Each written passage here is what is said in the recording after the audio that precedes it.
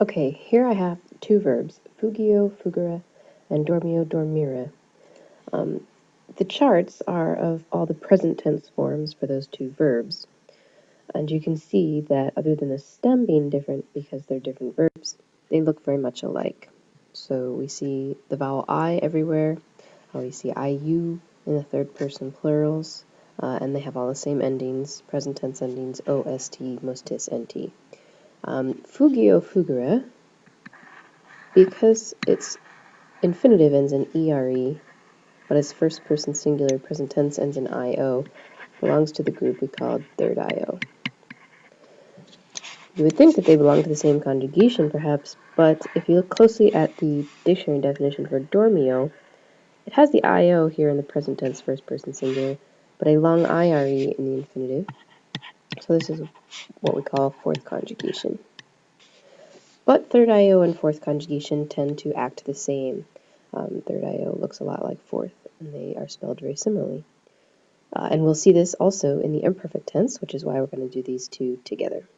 All right, let's get started. When we're finding the stem, we need to take the infinitive and remove the last three letters.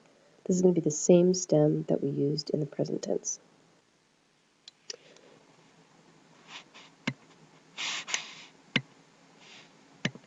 So for fugio, fugere, we get the stem F-U-G, and for dormio, dormire, we get the stem D-O-R-M. So that's everything in front of the last three letters. So I'm ignoring the I-R-E and the E-R-E. And now I'm going to put those in all the boxes on the charts. So there's our stems.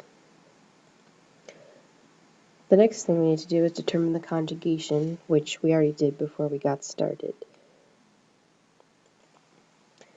To continue step 2, now that we know the conjugations of the two verbs, we need to see which vowel we add in the imperfect tense. Note that these are not the same vowels that we used back in the present tense. They are slightly different. For 3rd-io and fourth conjugation, we're going to use the vowels I and E. So you'll see there's a note down here. If there was an I in front of the O, that is in the dictionary definition, there should be an I in front of the E when you're forming the imperfect tense. So let's go add in our vowels. I'm going to add my vowels now.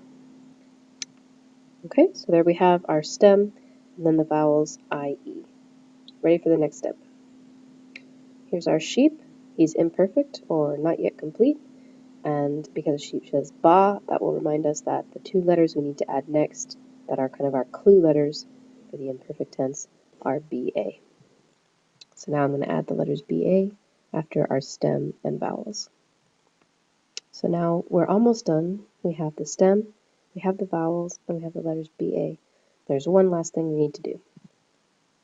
The last step is to add our personal endings. Note that in the present tense we saw a lot of long O's in the first person singular and sometimes M, like in sum esse. But in the imperfect it'll always be M. So if you form it correctly, you'll never see the verb end in ba-o in the first person singular. You'll always see bam, bas, bat, bamos, batis, bant at the end of the verbs. So let's go add those endings and then we'll be done. I'm going to do one last color, orange, for our personal endings. So there we have the imperfect tense forms of a 3rd-io or a fourth conjugation verb. Stem, the vowels IE, the key letters BA, and then our personal endings MST, mustis, NT.